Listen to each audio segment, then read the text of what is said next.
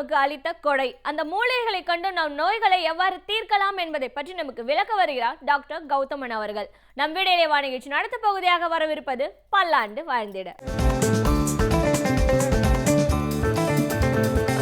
அன்பான கலைஞர் தொலைக்காட்சி நேயர்களுக்கு என்னுடைய இனிமையான காலை வணக்கங்கள். இன்றைக்கி நம்ம பார்க்கக்கூடிய தாவரத்துடைய பெயர் மாம் புளிச்சை மரம் அப்படின்னு சொல்லக்கூடிய ஒரு குறு மரவகை தாவரம் சொல்லலாம். ரொம்ப அழகான வெண்மை நிறமான பூக்களையும் பார்ப்பதற்கு கொய்யா பழத்தை போன்றே காய்களையும் உருவாக்கக்கூடிய ஒரு மரம் இந்த மாம்புளிச்சை மரம். இந்த மாம்புளிச்சை மரத்துடைய மிகப்பெரிய மருத்துவ குணம் என்ன அப்படின்னு கேட்டிங்கன்னா, உடல் எடையை குறைப்பதற்கு இது ஒரு மிகச்சிறந்த மருந்து. இது நம்ம பாரம்பரிய மருத்துவத்தில் மட்டும் இல்லை, இன்றைக்கு மாடர்ன் மெடிசன் ரிசர்ச்னு சொல்லக்கூடிய எல்லா வகையான ஆய்வுகளிலேயும் உடல் எடையை குறைப்பதற்கு இது ஒரு மிகச்சிறந்த மருந்தாக இருக்கிறது அப்படிங்கிறத நிரூபித்திருக்கிறார்கள். மாம்புளிச்சை மரத்துடைய இலை, அதோடைய மரப்பட்டை, அதோட வேர்பட்டை மற்றும் இந்த வெளிப்புறமாக அதோட காய்களில் இருக்கக்கூடிய தசை பற்றிருக்கக்கூடிய அந்த தோல், அது எல்லாத்தையுமே மருந்துக்கு பயன்படுத்தக்கூடிய ஒரு வழக்கம் இன்றளவும் இருந்து வரக்கூடிய ஒரு வழக்கமாக இருக்கிறது. அமெரிக்காவில் பார்த்திங்கன்னா இன்றைக்கு அவர்களுடைய மொத்த மக்கள் தொகையில் கிட்டத்தட்ட பார்த்திங்கன்னா ஒரு 20% குழந்தைகள், பெரியவர்கள் அனைவருமே அதிகமான உடல் எடையினால் பாதிக்கப்பட்டு இருக்கிறார்கள். அப்படின்னும் அந்த உடல் எடை பாதிப்பினாலேயே இளம் வயதிலேயே இதய சம்பந்தப்பட்ட கோளாறுகள், நீரிழிவு நோய் சம்பந்தப்பட்ட கோளாறுகள் ஏற்பட்டு அதனால் நிறைய மருந்துகளை, சிகிச்சைகளை உட்கொள்ள வேண்டிய ஒரு பிரச்சனை இருக்கிறது அப்படிங்கிறது இன்றைக்கு ஆய்வு மூலமாக நிரூபிக்கப்பட்ட ஒரு விஷயமாக இருக்கிறது. அதற்கு என்ன பண்ணலாம் அப்படின்னு சொல்கிற ஒரு ஆராய்ச்சி அவர்கள் மேற்கொண்ட போது, இந்த மாம்புளிச்சை மரத்திலிருந்து எடுக்கக்கூடிய அந்த பழம், அந்த பழத்திலிருந்து எடுக்கக்கூடிய எக்ஸ்ட்ராக்ட், இந்த எக்ஸ்ட்ராக்டை தினசரி ஒரு 5 கிராம் அளவுக்கு காலை ஒரு முறை, மதியம் ஒரு முறை, இரவு ஒரு முறை உணவுக்கு முன்பு தொடர்ந்து சாப்பிட்டு வந்தாலே உடல் எடையில் மிகப்பெரிய மாற்றம் ஏற்படுகிறது அப்படிங்கிறத கண்டுபிடிச்சிருக்காங்க. இந்த உடல் எடை குறையும் போது உடலுக்கு ஏற்படுகின்ற பக்க விளைவுகள் எதுவுமே இல்லாமல் உடல் எடை குறைகிறது அப்படிங்கிறது தான் மாம்புளிச்சையோட ரொம்ப முக்கியமான ஒரு மருத்துவ குணமாக இருக்கிறது அப்படிங்கிற ஆய்வறிக்கைகள் வந்த பிறகு பார்த்திங்கன்னா, இன்றைக்கு இந்தியாவிலிருந்து ஏற்றுமதி செய்யக்கூடிய மாம்புளிச்சைகளுடைய அளவு மிகப்பெரிய அளவில் ஏற்பட்டிருக்கிறது. வணிக ரீதியாக மூலிகைகளை அதிகமாக ஏற்றுமதி செய்யக்கூடிய அளவில் பார்த்திங்கன்னா இன்றைக்கு மாம்புளிச்சை முதலிடத்தில் இருக்கிறது. அந்த அளவுக்கு பார்த்திங்கன்னா அமெரிக்காவிலும் யூரோப்புன்னு சொல்லக்கூடிய இங்கிலாந்து சம்பந்தப்பட்ட நாடுகள்லேயும் பார்த்திங்கன்னா இன்றைக்கு மாம்புளிச்சையை ஒரு உணவாகவே மக்கள் காலை ஒரு தேக்கரண்டி, மதியம் ஒரு தேக்கரண்டி அல்லது இரவு ஒரு தேக்கரண்டின்னு தொடர்ந்து சாப்பிடுவதை ஒரு மிகப்பெரிய வழக்கமாக வைத்து கொண்டிருக்கிறார்கள். இரண்டாவது பார்த்திங்கன்னா, மாம்புளிச்சையுடைய இலைகளுக்கு சர்க்கரை நோயை கட்டுப்படுத்தக்கூடிய ஒரு சக்தி உண்டு. சர்க்கரை நோயின்னு சொல்லும்போது இன்றைக்கு நிறைய பேர் இன்சுலின் சம்பந்தப்பட்ட ஊசிகளை இட்டுக்கொள்கிறார்கள், அல்லது ஒரு நாளைக்கு 10-15 மாத்திரைகளை சாப்பிடுகிறார்கள். இருந்தாலும் கூட சர்க்கரை நோயும் கட்டுக்குள் வருவது கிடையாது, சர்க்கரை நோய் சம்பந்தப்பட்ட பக்க விளைவுகளும் கட்டுக்குள் வருவது கிடையாது. உதாரணத்துக்கு பார்த்திங்கன்னா, இன்றைக்கு ஒரு 10 வருட காலம் ஒருவர் சர்க்கரை நோயினால் பாதிக்கப்பட்டு இருப்பவராக இருந்தால் அவருக்கு சிறுநீரகம் சம்பந்தப்பட்ட கோளாறுகளோ, டயபெட்டிக் நெஃப்ரோபதியோ, அல்லது அவர்களுடைய கண்களில் ஏற்படுகின்ற பாதிப்பு டயபெட்டிக் ரெட்டினோபதியோ, அல்லது அவர்களுடைய உடலில் ஏற்படுகின்ற நரம்புகளில் ஏற்படுகின்ற பாதிப்பு டயபெட்டிக் நியூரோபதியோ நிச்சயமாக இருக்கிறது. இதை வழக்கமாக சர்க்கரைக்கு சாப்பிடுகின்ற மருந்துகளாலோ அல்லது இன்சுலின் ஊசி சம்பந்தப்பட்ட மருந்துகளாலோ நம்மால் கட்டுப்படுத்த முடிவதே இல்லை. இதை கட்டுப்படுத்தக்கூடிய சக்தி மாம்புளிச்சையுடைய இலைகளுக்கு இருக்குது அப்படிங்கிறது தான் முக்கியமான விஷயம். பாரம்பரிய மருந்துகள்லாம் என்ன பண்ணுறோன்னா, மாம்புளிச்சையுடைய இலைகளை எடுத்து நன்றாக உலர வைத்து அரைத்து எடுக்கின்ற அந்த ஒரு சூரணம், அதை ஒரு தேக்கரண்டி காலை உணவுக்கு முன்பும் ஒரு தேக்கரண்டி இரவு உணவுக்கு முன்புங்கிற மாதிரி தண்ணீரில் இட்டு கொதிக்க வைத்து ஒரு மூலிகை தேநீராக, ஒரு ஹெர்பல் டீ மாதிரி ஒரு நாளைக்கு 2 முறையோ 3 முறையோ தொடர்ந்து சாப்பிடும்போது நாளாக ஒரு 3 மாத காலத்திலேயே பார்த்திங்கன்னா சர்க்கரை நோய் நன்றாக வேகமாக கட்டுக்குள் வருவதை நாம் பார்க்க முடியும். இரண்டாவது, சர்க்கரை நோயுடைய உபத்திரவங்கள், பக்க விளைவுகள் மிக விரைவாக குறைவதை நம்ம பார்க்கலாம். காலில் ஏற்படுகின்ற எரிச்சல் சம்பந்தப்பட்ட கோளாறுகள், கைகளில் கால்களில் ஏற்படுகின்ற குத்தல் வலி சம்பந்தப்பட்ட பிரச்சனைகள், அதே போல் இதயத்தில் ஏற்படுகின்ற கோளாறுகள், கண் பார்வை சம்பந்தப்பட்ட பிரச்சனைகள், குறிப்பாக சிறுநீரகம் சம்பந்தப்பட்ட பிரச்சனைகள், இவை எல்லாமே மறைந்து சிறிது சிறிதாக அதில் மாற்றம் ஏற்படுவதை நம்ம உணர முடியும். அதன் பிறகு வழக்கமாக சாப்பிடுகின்ற இன்சுலின் அளவையோ அல்லது சர்க்கரை மருந்துகளையோ சிறிது சிறிதாக தகுந்த மருத்துவ ஆலோசனையின் பேரில் நம்ம குறைத்து கொள்ளலாம். அதுதான் மாம்புளிச்சையுடைய இலைக்கு இருக்கின்ற மிகப்பெரிய ஒரு குணம். மாம்புளிச்சையுடைய மரப்பட்டை ஒரு சிறந்த தோல் நிவாரணி அப்படின்னு சொல்லுவோம். இன்றைக்கு ஆக்னி அப்படின்னு சொல்லக்கூடிய முகப்பரு சம்பந்தப்பட்ட கோளாறு, இன்றைக்கு இந்த முகப்பரு சம்பந்தப்பட்ட கோளாறுகளுக்காக நிறைய பெண் குழந்தைகள், ஆண் குழந்தைகள் பக்க விளைவை உண்டாக்கக்கூடிய மருந்துகளை சாப்பிட்றாங்க, பக்க விளைவுகளை உண்டாக்கக்கூடிய முகப்பூச்சிகளை எடுத்துக்கிறாங்க. அதெல்லாம் இல்லாமல் மிக குறைவாக இந்த மாம்புளிச்சையிலிருந்து எடுக்கக்கூடிய அந்த ஒரு கஷாயத்தை தண்ணீரில் இட்டு நன்றாக அந்த மரப்பட்டையை கொதிக்க வைத்து அந்த தண்ணீரில் முகம் கழுவுகின்ற ஒரு வழக்கத்தை வைத்து கொண்டாலே முகப்பரு சம்பந்தப்பட்ட கோளாறுகள் முழுமையாக மறைந்து போகிறத பார்க்கலாம். அதிலேயும் மிக மிக முக்கியமாக அந்த ஆக்னின்னு சொல்லக்கூடிய பிரச்சனை, அது முகத்தில் வரும்போது என்ன ஆகும்னா நிரந்தரமான தழும்புகளை கூட சில நேரம் விட்டு சென்று விடும். அந்த தழும்புகள் இல்லாமல் மிகச் சுலபமாக உட்புறம் மருந்துகள் இல்லாமல் வெறும் வெளிப்புறமாக மாம்புளிச்சையிலிருந்து எடுக்கக்கூடிய அந்த கஷாயத்தை இட்டு முகம் கழுவுகின்ற வழக்கத்தை வைத்து கொண்டாலே அந்த தழும்புகள் மறைந்து போகிறதையும் நம்ம பார்க்க முடியும், முகப்பருக்கள் மறைந்து போகிறதையும் நம்ம பார்க்க முடியும். அதே போல் நிறைய பெண்களுக்கு பார்த்திங்கன்னா முகத்தில் தேவையற்ற இடங்களில் இருக்கக்கூடிய முகத்தில் இருக்கக்கூடிய முடி வளர்ச்சி, கைகளில் இருக்கக்கூடிய கால்களில் இருக்கக்கூடிய முடி வளர்ச்சி, இவங்கெல்லாம் என்ன பண்ணுறாங்கன்னா மாம்புளிச்சையிலிருந்து எடுக்கக்கூடிய அந்த சூரணத்தை சிறிதளவு சுண்ணாம்பு தண்ணீரில் கலந்து முகப்பகுதிகளிலும் கால் பகுதிகளிலையும் ஒரு 10 போல போட்டு ஒரு அரை மணி நேரம் கழித்து வெந்நீர் வைத்து கழுவி விட வேண்டும். இதை ஒரு பழக்கமாக ஒரு 2 மாத காலமோ 3 மாத காலமோ தொடர்ந்து செய்யும்போது பார்த்திங்கன்னா முகத்தில் தேவையற்ற இடத்தில் இருக்கக்கூடிய அந்த முடிகள், முகத்தில் வளரக்கூடிய மீசை போன்று இருக்கக்கூடிய பெண்களுக்கு இருக்கக்கூடிய முடிகள் அனைத்தும் மிக வேகமாக மறைந்து போகிறத பார்க்கலாம். கை கால்களில் அந்த முடிகள் வேகமாக வளராமல் மிக குறைந்து வளர்வதை நம்ம பார்க்கலாம். அந்த அளவுக்கு முகத்தில் ஏற்படுகின்ற, உடலில் ஏற்படுகின்ற தேவையற்ற ரோம வளர்ச்சியை குறைப்பதற்கு மாம்புளிச்சையுடைய மரப்பட்டைக்கு சக்தி உண்டு. அதைவிட முக்கியமானது பார்த்திங்கன்னா இன்றைக்கு உடல் எடை, இந்த பிசிஓடி கருமுட்டை பை கட்டிகள் ஏற்படும் போது எந்த மருத்துவமனைக்கு நம்ம போனாலும் முதலில் சொல்வது உங்கள் உடல் எடையை குறைங்க, அப்போ தான் உடலில் இருக்கக்கூடிய கருமுட்டை பை நீர்க்கட்டிகள் குறையும் சொல்லுவாங்க.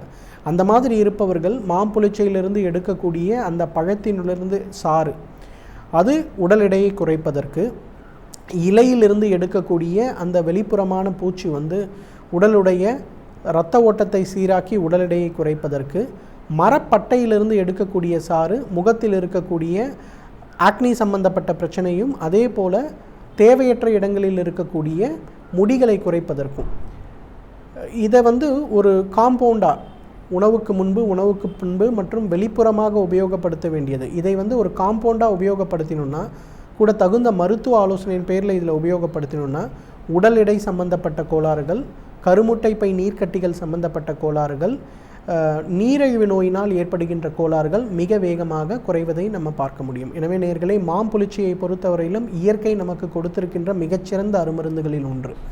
தகுந்த மருத்துவ ஆலோசனையின் பேரில் சரியான முறைப்படி இதை உபயோகப்படுத்தினோம்னா நம்மாலும் பல்லாண்டு காலம் ஆரோக்கியமாக வாழ்ந்திட முடியும். சமூகத்தில் நடக்கும் பிரச்சனைகளை கண்டு பயந்து ஒதுங்கி விடாமல் அதில் நம்முடைய பங்களிப்பை எவ்வாறு அளிக்கலாம் என்பதை பற்றி நமக்கு விளக்க வருகிறார் மனுஷபுத்திரன் அவர்கள். நம் வீடியோலே வாணிகிட்டு அடுத்த பகுதியாக வரவிருப்பது தீதும் நன்றும்.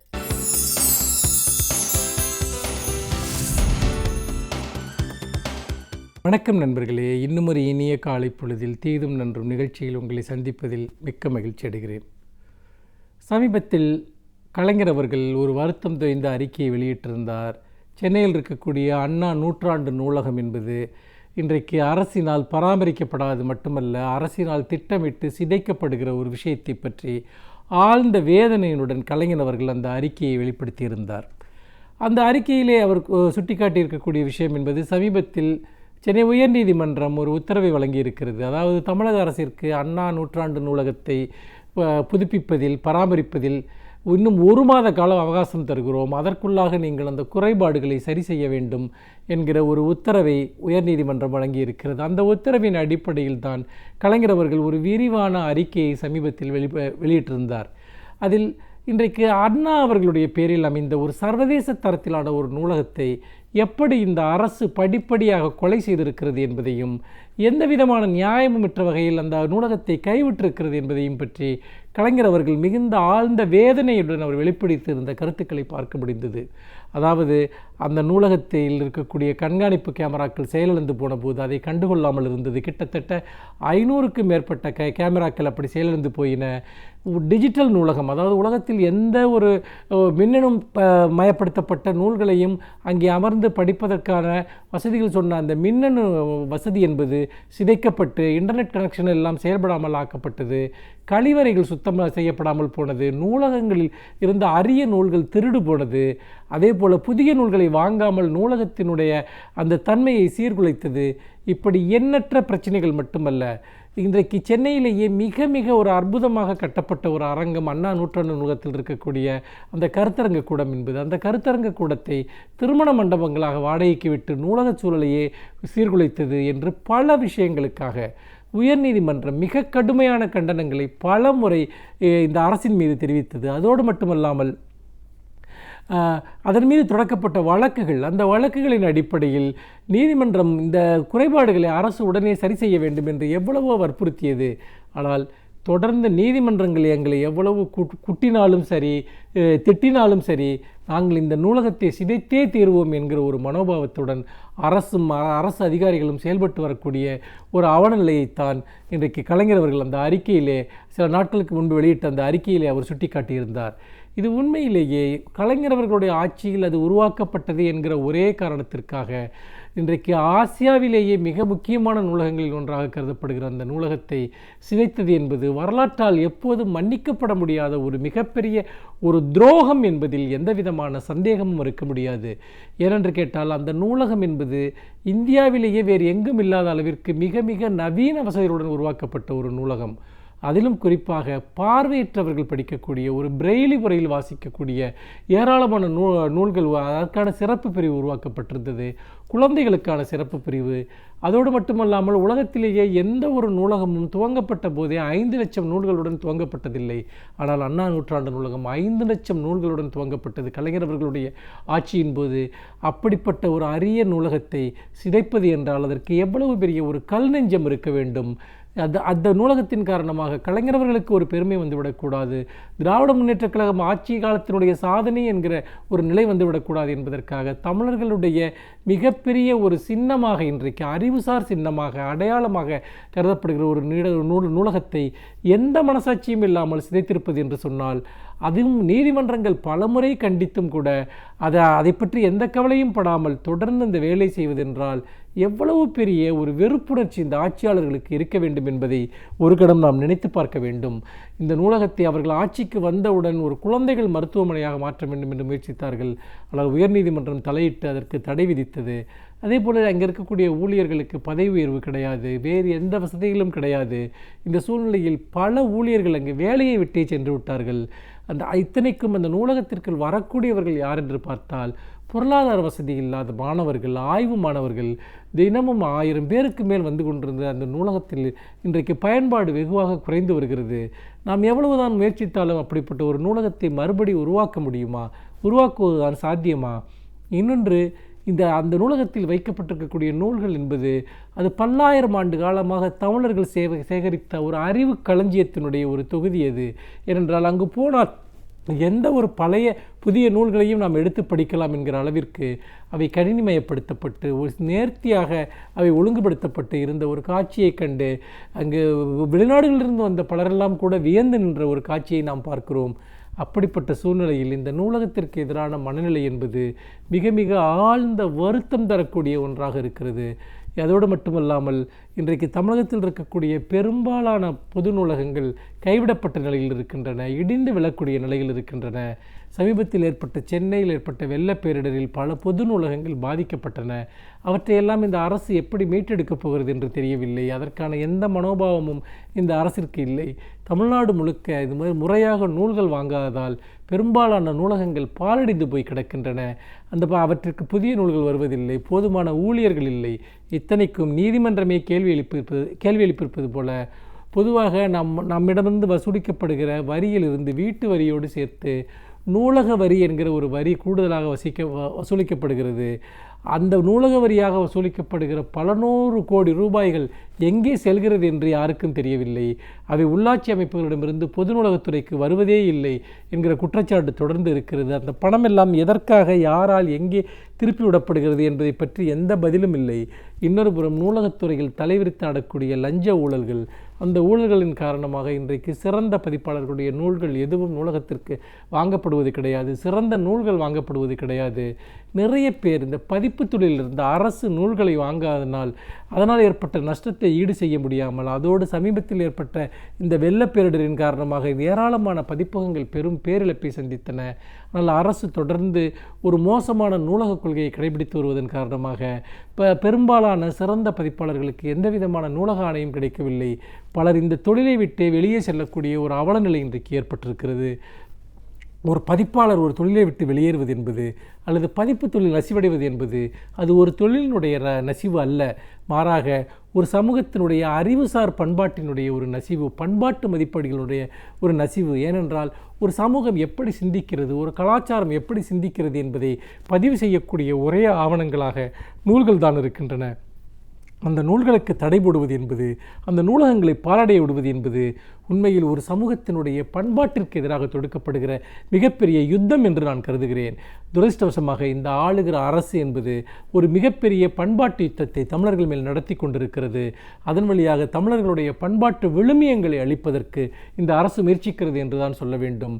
நூலகங்கள் காப்பாற்றப்பட வேண்டும். அண்ணா நூற்றாண்டு நூலகம் மட்டுமல்ல, தமிழகத்தில் இருக்கக்கூடிய அனைத்து நூலகங்களும் காப்பாற்றப்பட வேண்டும். புதிய நூல்கள் வாங்கப்பட வேண்டும். நசிந்து கொண்டிருக்கிற பதிப்பு தொழில் காப்பாற்றப்பட வேண்டும். இந்த பதிப்பு தொழிலை சார்ந்திருக்கக்கூடிய எழுத்தாளர்களுடைய நலன்கள் காப்பாற்றப்பட வேண்டும். தாங்கள் வாசிப்பதற்கு நூலகங்களை மட்டுமே நம்பியிருக்கக்கூடிய எளிய மக்களினுடைய தேவைகள் என்பது அதற்கு ஒரு நியாயம் செய்யப்பட வேண்டும். அதற்கு நூலகங்களை காப்பது முதன்மையான கடமை என்று சொல்லி மீண்டும் இன்னும் ஒரு புதிய சிந்தனையோடு உங்களை சந்திக்கிறேன். நன்றி, வணக்கம். பல்வேறு துறைகளை சார்ந்த பிரபலங்கள் அவர்களுடைய அனுபவங்களை நம்முடன் பகிர்ந்து கொள்ளும் போது அது நமக்கு சிறந்த தூண்டுகளாக அமைகின்றது. அந்த வகையில் இன்று சிறப்பு விருந்தினர் யார் என்பதை பற்றியும் அவர் என்ன செய்திகளை நம்முடன் பகிர்ந்து கொள்ளப் போகிறார்கள் என்பதையும் பார்க்கலாம். நம் விடியலை வாணி நிகழ்ச்சி அடுத்த பகுதியாக வரவிருப்பது சிறப்பு விருந்தினர் பகுதி.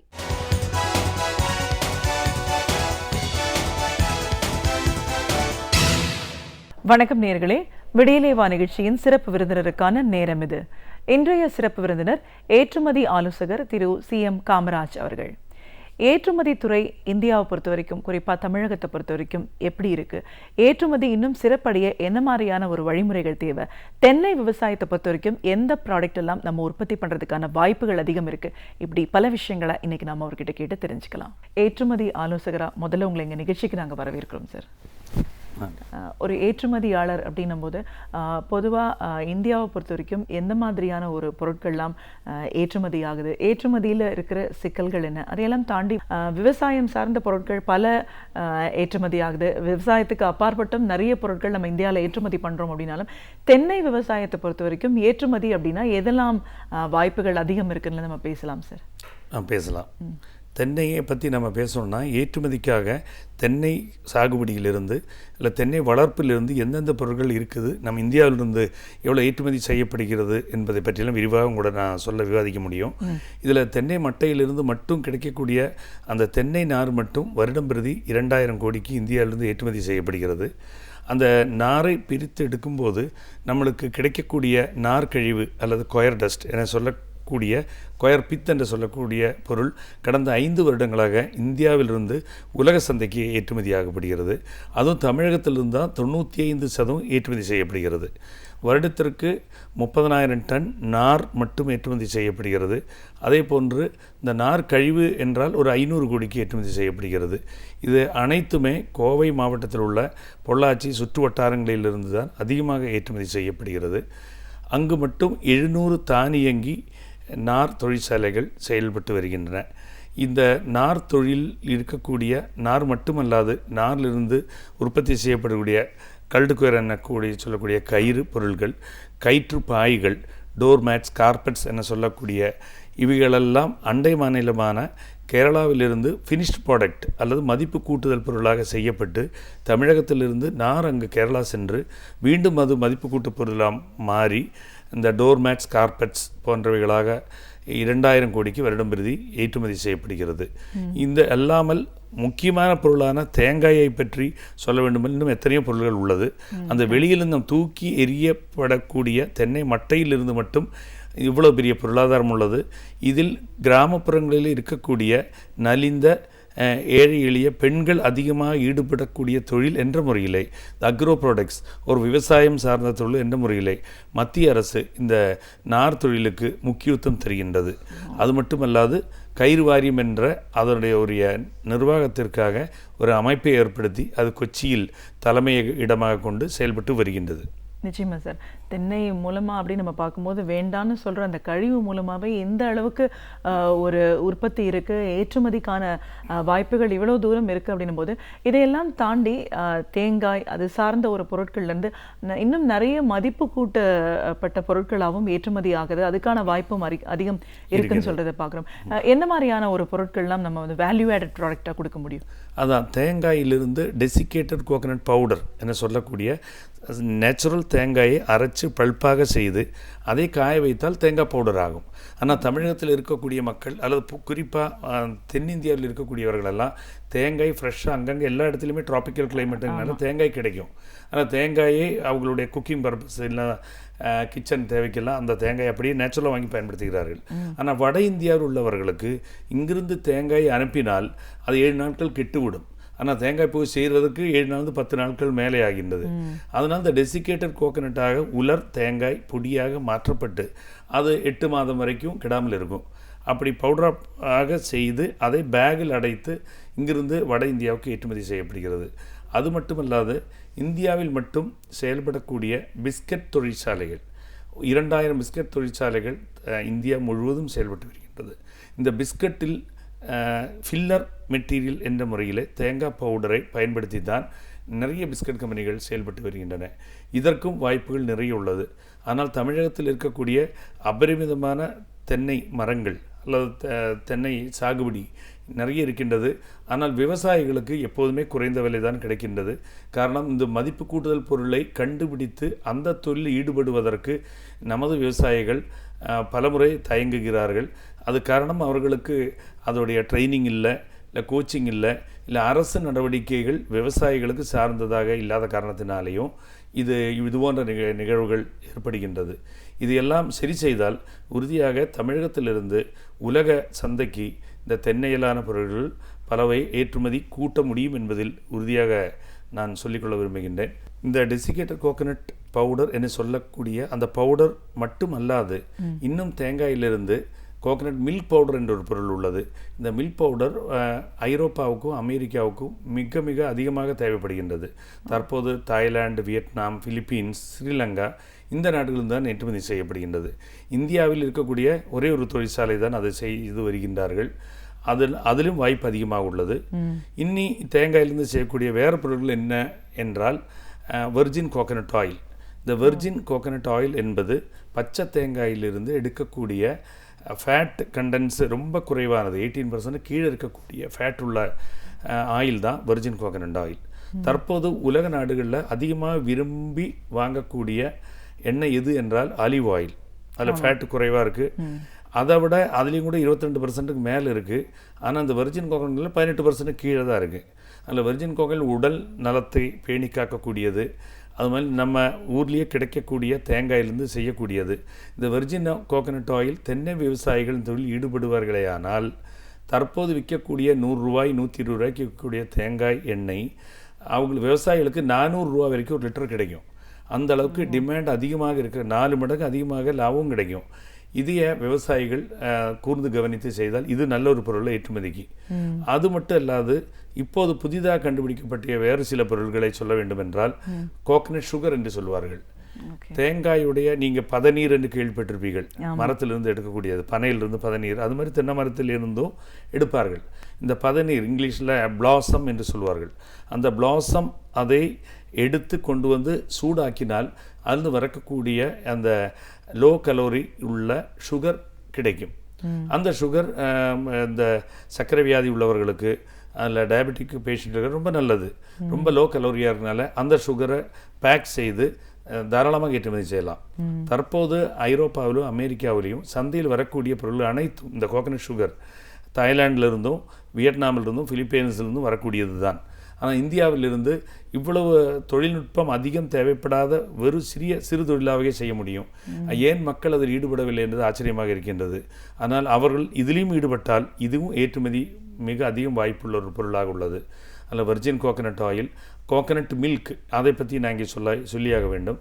தேங்காய் பால் என்பது தற்போது நான் டைரி ப்ராடக்ட்ஸ் என சொல்லக்கூடிய ஒரு பொருள்கள் ஐரோப்பாவிலும் அமெரிக்காவிலையும் இப்போது விரிவாக சந்தைப்படுத்தப்பட்டு வருகிறது. இந்த பொருள்கள்லாம் தற்போது அந்த நாடுகளுக்கு இறக்குமதி செய்யப்படக்கூடியது தாய்லாந்து, பிலிப்பீன்ஸ் நாடுகளிலிருந்தெல்லாம் வந்து கொண்டிருக்கின்றது. இந்த பால், அதாவது தேங்காய் பால் வயிற்றுப்புண்ணை ஆற்றக்கூடியது. அது மட்டும் வெஜிடேரியன் புரோட்டீன் அதிகமாக உள்ளது வந்து தேங்காய் பால்.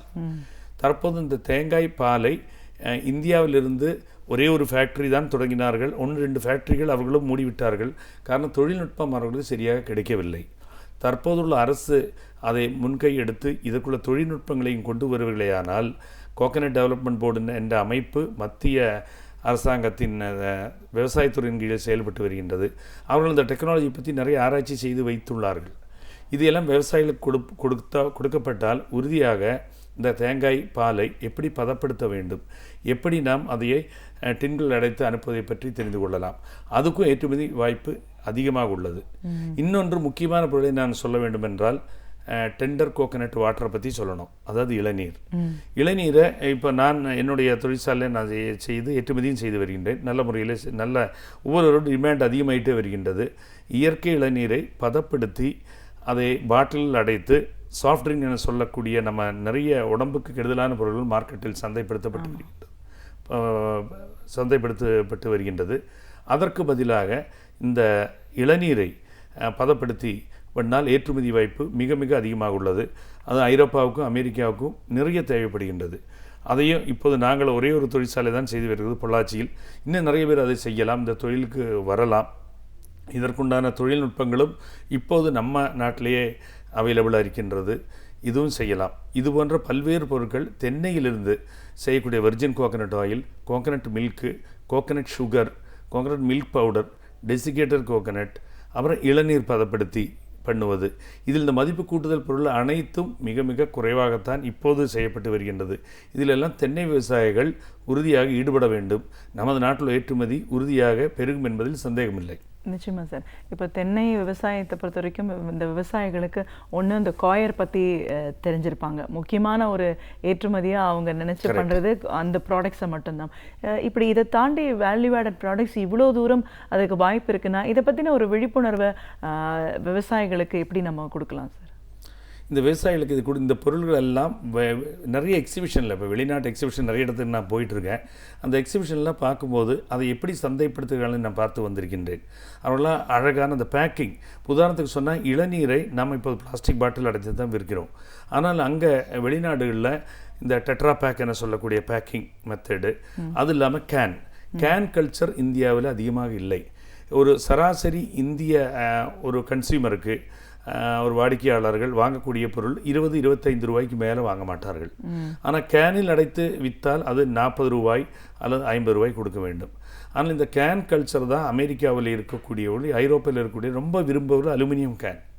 இந்த அலுமினியம் கேன் செய்யக்கூடிய இப்போது அந்த கேனில் நம்ம அடைத்து இதை விற்க வேண்டும் என்றால் நாம் இறக்குமதி செய்ய வேண்டும்.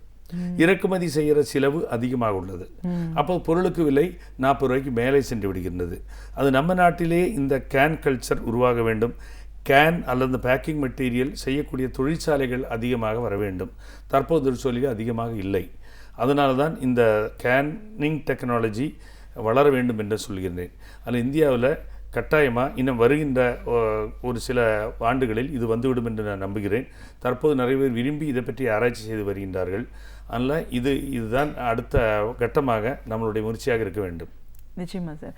விவசாயம் பொறுத்த வரைக்கும் விவசாயம் தான் இந்தியாவோட பிரதான தொழில் நம்ம பார்க்குறோம். அதுலேயும் தென்னை விவசாயம் வந்து தென்னிந்தியாவை பொறுத்த வரைக்கும் முக்கியமான ஒரு ஏற்றுமதி பொருளாக இருக்கிறத பார்க்குறோம். இந்த 4.5 ஆண்டு காலத்தில் பல நிலைகளில் விவசாயம் பாதிக்கப்பட்டதுன்னு சொல்கிறத நம்ம கேட்குறோம். ஒரு தென்னை விவசாயம் சார்ந்த ஏற்றுமதியாளர்ன்ற முறையில் இதை நீங்கள் எப்படி பார்க்குறீங்க சார்? ஆமாம், அந்த கடந்த 4 ஆண்டுகளில் பல கட்டங்களாக இந்த தென்னை சாகுபடி, தென்னை பொருட்களை விற்பது பல கட்டங்களை கடந்து வந்திருக்கின்றது. ஆனால் தென்னை விவசாயிகளுக்கு அவ்வப்போது பல துன்பங்களும் கஷ்டங்களும் இந்த சந்தைப்படுத்துதலே வந்து கொண்டிருக்கிறதை நம்ம காண்கின்றோம். இதற்கு நிரந்தர தீர்வு மதிப்பு கூட்டுதல் பொருள்கள் விவசாயிகள் இறங்க வேண்டும் என்பதுதான். இதற்கு அரசும் அதற்கான நடவடிக்கைகளை எடுக்க வேண்டும்.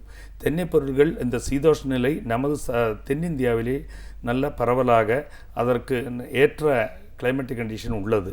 இந்த நிலையை நாம் பயன்படுத்தி பல்வேறு பொருட்களை செய்வதற்கு ஊக்குவிக்க வேண்டும்.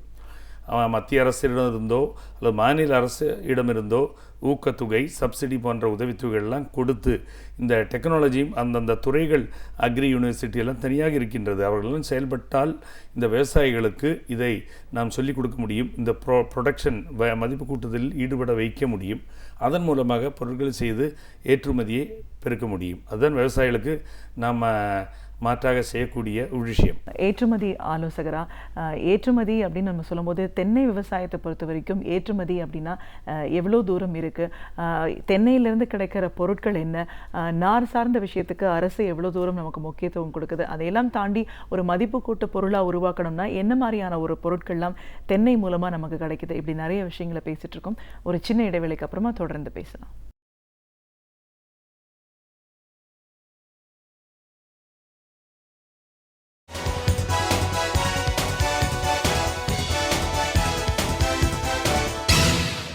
நேயர்களே, விடியலேவா நிகழ்ச்சியின் சிறப்பு விருந்தினர் பகுதியில் ஏற்றுமதி ஆலோசகர் திரு CM காமராஜ் அவர்கள்கிட்ட தென்னை ஏற்றுமதி சார்ந்து பல விஷயங்களை பேசிட்டு இருக்கோம். தொடர்ந்து பேசலாம்.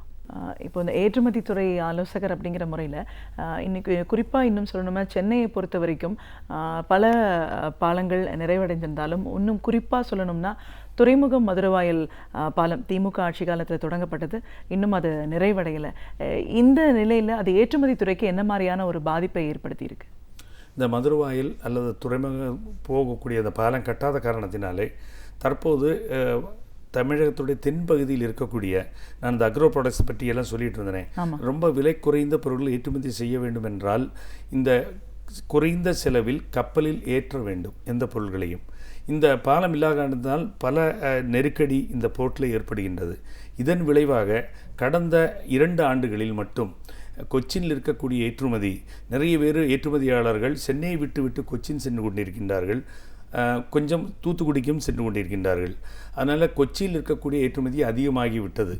இதைனால் எங்களை போன்ற தமிழகத்தில் உள்ளவர்களெல்லாம் சென்னையில் கொண்டு வந்து ஏற்றுமதி செய்வதுதான் விருப்பம், கூடுதல் சௌகரியங்களாகவும் இருந்திருக்கும். ஆனால் அந்த நிலை மாறி தற்போது அண்டை மாநிலமான கொச்சினுக்கு கடந்த மாதம் மட்டும் பார்த்தாலே 1700 கண்டெய்னர் அங்கிருந்து ஏற்றுமதி செய்யப்படுகிறது. இந்த அக்ரோ ப்ராடக்ட்ஸ் மட்டும் இதில் 3/4 பங்கும் சென்னைக்கு வர வேண்டியது. அதனால் இந்த பணியை துரிதமாக செய்து ஆட்சியாளர்கள் செய்ய வேண்டும் என்பது என்னை போன்றவர்களுடைய விருப்பம். இன்னும் நம்ம சொல்லணும்னா தென்னிந்தியாவை பொறுத்த வரைக்கும் பல பொருட்கள் ஏற்றுமதின்ற ஒரு விஷயத்துக்கான வாய்ப்புகள் அதிகம் இருக்குன்றதை பார்க்குறோம். இந்த நிலையில் திமுக ஆட்சி காலத்தில் துவங்கப்பட்ட சேது சமுத்திர திட்டம் நிறைவடைந்திருந்தால் அது என்ன மாதிரியான ஒரு வாய்ப்புகளை ஏற்படுத்தி கொடுத்துருக்கும்? சேது சமுத்திர திட்டம் என்பது பெரிய ஒரு அற்புதமான திட்டம். அது ஆச்சரியமடிக்கக்கூடிய விதத்தில் இங்கே இருக்கிற ஏற்றுமதி 10 மடங்கு பெருகி இருக்கும். நான் ஏன் இதை சொல்கிறேன் என்றால், சேது சமுத்திர திட்டம் என்பது இந்தியாவும் இலங்கைக்கும் இடையில் இருக்கக்கூடிய பாக் ஸ்ட்ரெயிட் என்று சொல்லக்கூடிய சேது சமுத்திரம், அதை 10 மீட்டர் அகலப்படுத்த வேண்டும், 10 மீட்டர் ஆழப்படுத்த வேண்டும். இதுதான் சேது சமுத்திர திட்டம். இது மட்டும் கலைஞர் சொன்னது போல அவர் திட்டிய திட்டம் நடந்திருந்தால் அனைத்து தாய் கப்பல்களும் தூர கிழக்கு, அதாவது ஃபார் ஈஸ்ட் சொல்லக்கூடிய நாடுகளுக்கு போகிற கப்பல்கள் அனைத்தும் இங்கே தூத்துக்குடி போர்ட்டில், அதாவது துறைமுகத்தில் நங்கூரமிட்டு இருக்கும். அதன் மூலமாக தமிழகத்தில் இருக்க ஏற்றுமதி பல மடங்கு பெருகி இருக்கும்.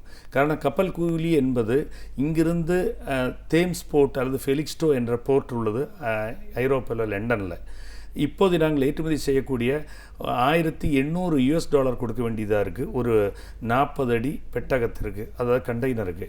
ஆனால் தூத்துக்குடியிலிருந்து ஏற்றுமதி செய்தால் அதில் பாதி செலவுக்கு தாய் கப்பல்கள் இப்போது வருவதில்லை. எல்லாமே ஃபீடர் வெசல்ஸ் என்ன சொல்லக்கூடிய நம்மிடந்து எடுத்து சென்று சிறிய கப்பலில் ஏற்றி மீண்டும் அதை கொலம்போ அல்லது இலங்கை அல்லது சிங்கப்பூருக்கு போய் மீண்டும் பெரிய தாய் கப்பலில் ஏற்றி போகின்றது. அப்போது கப்பல் கூலி சரக்கு கூலி 2 மடங்கு ஆகின்றது. ஆனால் சேது சமுத்திரம் மூலமாக அதை நிறைவேற்றி இருந்தால் தாய் கப்பல்கள் நங்கூரமிடுவதற்கு ஏதுவாக இருந்திருக்கும். ஒரு கப்பலுக்கு ஃபியூவல் சார்ஜ் மட்டும் ஒரு நாளைக்கு 3 லட்சம் மீதமாயிருக்கும். அது மட்டுமல்ல, அந்த ஜேர்னி டைம், அந்த செயில் பண்ணுற டைம் 3 நாள் குறைந்திருக்கும். இப்பேற்பட்ட அற்புதமான திட்டத்தை நடைமுறைப்படுத்தாமல் போனது இந்த தொழில்துறைக்கு, அதாவது தமிழகத்துக்கே பெரிய இழுக்கு. இது நடந்திருந்தால் தமிழகம் பல மடங்கு, அதுவும் கலைஞர் திட்டப்படி நடந்திருந்தால் 100க்கு 100 இங்கே இருக்கிற மக்களும் ஏற்றுமதி, சிறிய ஏற்றுமதியாளர்கள் நிறைய பெருகி இருப்பார்கள். சிறிய செலவிலேயே இந்த தமிழகத்திலிருந்து நிறைய நான் சொல்லுகின்ற இந்த விவசாய பொருள்கள் அல்லது மதிப்பு கூட்டுதல் தென்னை பொருள்களால் ஏற்றுமதி செய்யப்பட்டிருக்கும் என்பதில் சந்தேகமில்லை. தென்னை ஏற்றுமதி பொறுத்த வரைக்கும் இன்னும் புதிய ஆய்வுகள் ஏதாவது இதில் நடந்திருக்கா? இப்போதைய கடந்த சில மாதங்களாக இந்த வெளிநாட்டுக்கு தேவையான புதிய தேங்காயிலான பொருட்களை தேவைப்படுகிறது என்று சொல்லி நானும் ஆராய்ச்சி செய்து வருகின்றேன். தேங்காய் பாலில் இருந்து கோகனட் புரோட்டீன் என்று சொல்லப்படக்கூடிய ஒரு புதிய பொருள்.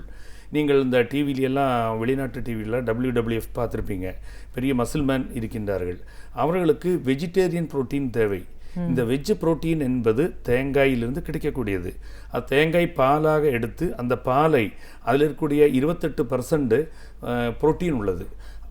மீதம் உள்ளது அமினோ ஆசிட்ஸு, ஃபைபர், நிறைய ப்ராடக்ட் இருக்குது.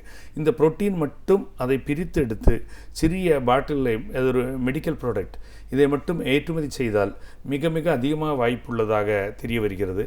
இதற்கு இப்போதைய தாய்லாந்து, இலங்கை, பிலிப்பீன்ஸ் போன்ற, வியட்நாம் போன்ற நாடுகளெல்லாம் இந்த ஆராய்ச்சியில் ஈடுபட்டு அவங்க முடியும் தருவாயில் உள்ளது. இந்தியாவிலிருந்து அதுக்குள்ள ஆராய்ச்சியை நானும் செய்து வருகின்றேன். கூடிய விரைவில் இது ஒரு பொருளாக மாறி ஏற்றுமதி செய்யப்படும் என்பது நான் உறுதியாக நம்புகிறேன்.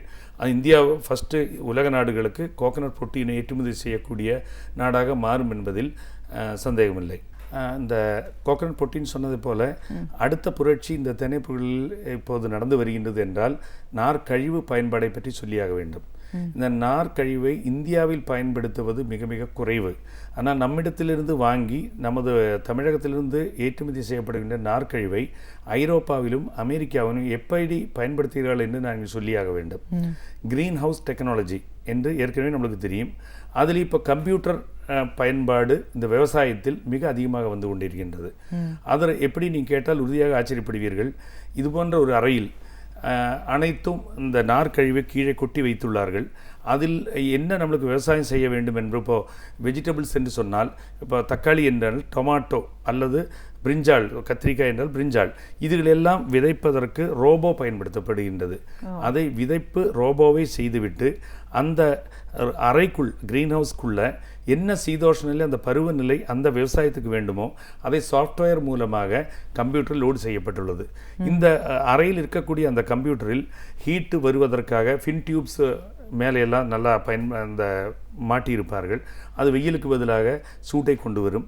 அதற்கு கீழே இந்த ஓட்டையுள்ள பர்ஃபரேட்டட் பைப்பு மாட்டியிருப்பார்கள். அது எப்போ வேண்டுமானாலும் மழை பெய்கிற மாதிரி மழை பெய்துவிடும். இதிலிருந்து எல்லாம் எடுக்கிற அந்த ஒயர் ப்ராப் கம்ப்யூட்டருக்கு வந்து கனெக்டடு. இந்த நார்க்கழிவில் இருக்கக்கூடிய இன்னொரு ஒயர் கம்ப்யூட்டருக்கு கனெக்டட். இந்த சாஃப்ட்வேரில் நீங்கள் தக்காளி என்று, அதாவது டொமாட்டோன்னு அமர்த்தினால் போதும், அந்த சீதோஷ்ணநிலை, அந்த பருவம் 3 மாதமாக நமது விவசாயத்தில் இருந்தால் அதை 15 நாட்களில் வெயிலும் மழையும் அந்த அறைக்குள்ளே வந்து நல்ல அந்த நீரோட்டம், அந்த ட்ரிப் சிஸ்டம் இருக்குது நார்க்கழிவுக்குள்ளே போகிறது, இதையெல்லாம் செடியை ஏமாற்றி காய்க்க வைப்பது. அப்போ மகசூல் 5லிருந்து 6 மடங்கு அதிகமாக கிடைக்கின்றது. அது நோய் இல்லாமல், கிருமிகள் இல்லாமல் அதை வளர வைக்க முடிகின்றது. இது போன்ற நன்மைகள் எல்லாம் இந்த க்ரீன் ஹவுஸ் டெக்னாலஜியில், இந்த கம்ப்யூட்டர் முறை விவசாயத்தில் கிடைக்கின்றது. இது ஒரு அற்புதமான நிகழ்வு. இது நம்ம இந்தியாவில் இந்த க்ரீன் ஹவுஸ் டெக்னாலஜியும் கம்ப்யூட்டரையும் இணைத்து இந்த விவசாயிகள் இது செய்தால், நாம் 10 ஏக்கரா என்பது அரை ஏக்கரா இருந்தால் போதும். அப்போ பூமி நம்மளுக்கு அதிகமாக தேவையில்லை. அங்கெல்லாம் இந்த க்ரீன் ஹவுஸ் டெக்னாலஜியில் நம்ம செய்யக்கூடிய அந்த 10 ஏக்கரால் இருக்கிற வெள்ளாமையை 1 ஏக்கராவுக்கு குறைவான இடத்திலே இந்த க்ரீன் ஹவுஸில் செய்து விடுகிறார்கள். இதுதான் கம்ப்யூட்டர் நார்க்கழிவில் பயன்படுத்தக்கூடிய யுக்தி. இது நம்ம நாட்டில் தற்போது இங்கிருந்து அந்த ரா மெட்டீரியல் நார்க்கழிவு, அந்த நார்க்கழிவில் மட்டும்தான் இந்த கம்ப்யூட்டர் கணினி வேலை செய்யும். வேறு சாதாரண மண்ணில் வேலை செய்யாது. அதனால் அனைத்து விவசாயிகளும் வெஜிடபிள்ஸு இது போன்ற நிறைய இதில் விளைவிக்கிறார்கள். இதற்கு நார்க்கழிவு வருடம்பரி லட்சத்துக்கும் மேற்பட்ட டன்கள் இங்கிருந்து ஏற்றுமதி செய்யப்படுகின்றது. இதெல்லாம் ஒரு புதிய கண்டுபிடிப்பாக அந்த தொழிலையும் நாங்கள் ஈடுபட்டிருக்கின்றோம். நிறைய வருடத்திற்கு 3000 டன்னும் ஏற்றுமதி செய்து வருகின்றோம். நார்க்கழிவை மட்டும் கட்டிகளாக மாற்றி, அது ஏன் கட்டிகளாக மாற்றுகிறோம் என்றால் அது ரொம்ப வெயிட்லெஸ் பல்க் ப்ராடக்ட். அதை கம்ப்ரஸ் செய்து 6:1 ரேஷியோவில் கம்ப்ரஸ் பண்ணி ஏற்றுமதிக்கு வாடகை குறைய வேண்டும் என்பதற்காக இங்கிருந்து கட்டிகளாக மாற்றி ஏற்றுமதி செய்யப்படுகிறோம். அங்கே சென்று அதை மீண்டும் அதில் தண்ணீர் விட்டுனால் அது 6 மடங்கு 7 மடங்கு அதிகமாகிவிடும். அதைத்தான் இந்த கம்ப்யூட்டர் டெக்னாலஜிக்கும் இந்த க்ரீன் ஹவுஸ் டெக்னாலஜிக்கும் பயன்படுத்துகின்றார்கள். அதில் பொள்ளாச்சியில் கிடைக்கக்கூடிய அந்த நார்க்கழிவை உலகம் முழுவதும், உலகத்தில் மிக அதிகமாக அந்த நார்க்கழிவு உற்பத்தி செய்யப்படுவதும் ஏற்றுமதி செய்யப்படுவதும் தமிழகத்திலிருந்து தான் என்பது நம்மளுக்கு பெருமை பெறக்கூடிய விஷயமாகும். நிச்சயமாக சார். விவசாயம் சார்ந்த தொழிலில் வந்து இப்போ நிறைய இளைஞர்கள் இதில் ஈடுபட ஆரம்பிச்சிருக்காங்க. மற்ற துறைகள்லேருந்து இதுக்கு வரணும், இந்த மாதிரி புதுமையான விஷயங்களில் ஈடுபடுத்திக்கணும்னு நினைக்கிற இளைஞர்களுக்கு ஒரு ஆலோசகராக நீங்கள் சொல்கிற ஆலோசனைகள் என்ன சார்? உறுதியாக அவர்களுக்கு குறைந்த முதலீடில் கூட இந்த நார் சார்ந்த தொழில், நார்க்கழிவு சார்ந்த தொழில் ஈடுபடலாம். அதற்குள்ள அனைத்து தொழில்நுட்பங்களும் கயிறு வாரியம் மூலமாக அவர்களுக்கு டெக்னாலஜி கொடுக்கிறார்கள். 2 மாதம் முதல் 3 மாதம் வரை அவர்களுக்கு கிளாஸ் வகுப்பு அறைகள் எடுக்கின்றார்கள். உதவித்தொகையும் வழங்குகின்றார்கள். அவர்களுக்கு அனைத்து தொழில்நுட்பமும் கயிறு வாரியம் மூலமாக கிடைக்கும். அதை அவர்கள் பயன்படுத்த வேண்டும். அது மட்டுமல்லாது அதுக்கு உதவித்தொகை தற்போது 25% அல்லது 25 லட்சம், இதில் எது குறைவோ அதுவும் உதவித்தொகையாக மத்திய அரசு கொடுக்கின்றது. அதை அவர்கள் பயன்படுத்தி புதிய தொழில் தாராளமாக இறங்கலாம். நிச்சயமாக சார். ஒரு ஏற்றுமதி ஆலோசகர் அப்படிங்கிற முறையில் தென்னை விவசாயம் அப்படிங்கிறது தென்னிந்தியாவை பொறுத்த வரைக்கும் எவ்வளோ தூரம் ஒரு முக்கியமான ஒரு தொழிலாக இருக்குது. இந்த தொழிலில் வந்து பல நிலைகளில் நமக்கு வந்து மதிப்பு கூட்டு பொருளாக நம்ம ஏற்றுமதி செய்யறதுக்கான வாய்ப்பு இருக்குது. இன்னும் நிறைய விவசாயிகள் வந்து இதை பற்றின ஒரு முழுமையான புரிதல் இல்லாமல் வெறும் நார் சார்ந்த விஷயங்களில் மட்டும் முழுமையாக ஈடுபட்டிருக்காங்க. அதற்கு அப்பாற்பட்டு எந்த மாதிரியான ஒரு பொருட்கள்லாம் ஏற்றுமதிக்கு உகந்ததாக இருக்குது, இதையெல்லாம் தாண்டி இந்த விவசாயத்துறை வளரணும் அப்படின்னு நினைக்கிற காலகட்டத்தில் இந்த 4.5 ஆண்டு காலத்தில் விவசாய தொழில் எவ்வளோ தூரம் நலிவடைஞ்சிருக்கு, இதில் ஒரு மாற்றம் எவ்வளோ தூரம் தேவைப்படுது, சேது சமுதிர திட்டத்தோட முக்கியத்துவம் என்ன, ஏற்றுமதிக்கு அது எவ்வளோ பெரிய ஒரு பயனுள்ள திட்டமாக அமைஞ்சிருக்கும் அப்படின்னு உங்களோட கருத்துக்கள் அனைத்தையும் எங்களோட நீங்கள் முழுமையாக பகிர்ந்ததுக்கு நன்றி. நன்றி. இலக்கிய தேடல்கள், வரலாற்று சான்றுகள், இவைகளில் இருந்து நாம் அறிந்திராத பல அரிய தகவல்களை நமக்கு அழகு தமிழில் வழங்க வருகிறார் பேராசிரியர் சுபவீரபாண்டியன் அவர்கள். நம் விடையிலே வா நிகழ்ச்சியின் அடுத்த பகுதியாக வரவிருப்பது ஒன்றே சொல் நன்றே சொல்.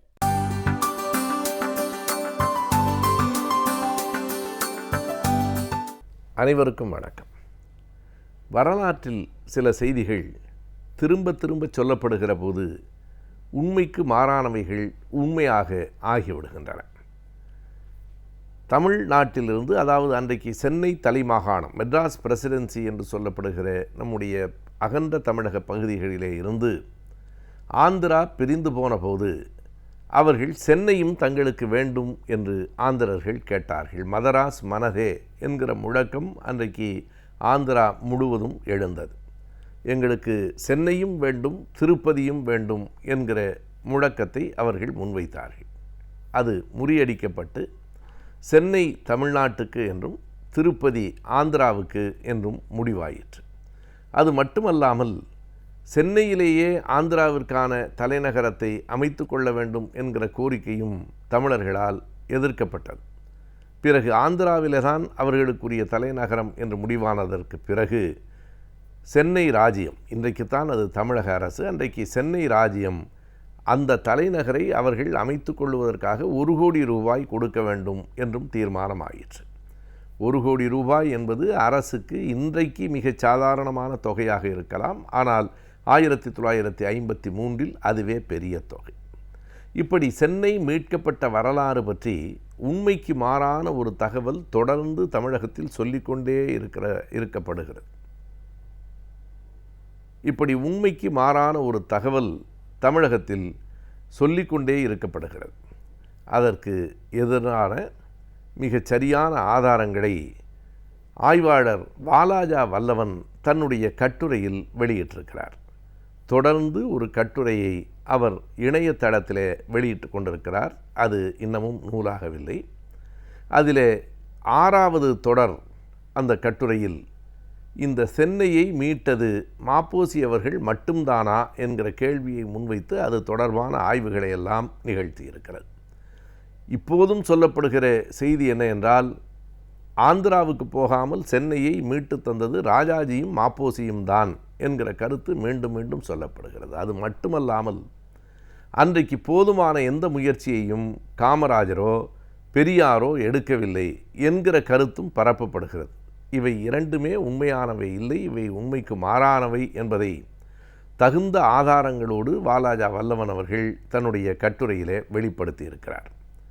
அந்த ஆதாரங்களை அவர் எங்கிருந்து திரட்டி இருக்கிறார் என்றால், இந்த போராட்டங்கள் எப்போது நடைபெற்றனவோ அப்போது வெளிவந்த செய்தித்தாள்களிலிருந்தும் அன்றைக்கு நடைபெற்ற சென்னை மாநகராட்சி கூட்டத்தின் பதிவு ஏட்டிலிருந்தும் இந்த சான்றுகளை அவர் தேடி தந்திருக்கிறார். இது 1953 ஜனவரியிலிருந்து மார்ச் வரையில் மிக முனைப்பாக நடந்த போராட்டம். 1956 நவம்பர் 1 என்கிற அந்த நாளில்தான் மொழிவாரி மாநிலங்களாக இந்தியா பிரிக்கப்பட்டது.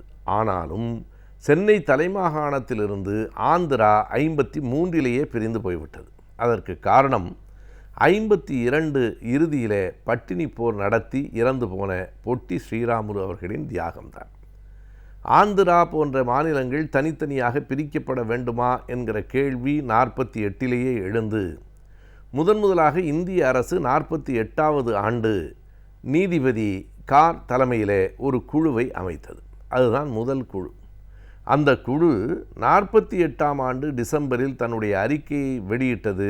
மொழிவாரி மாநிலங்கள் பிரிக்கப்பட வேண்டிய தேவையில்லை என்று அந்த அறிக்கை சொல்லிவிட்டது. அதற்கு பிறகு மீண்டும் ஒரு குழு 49 அமைந்தது.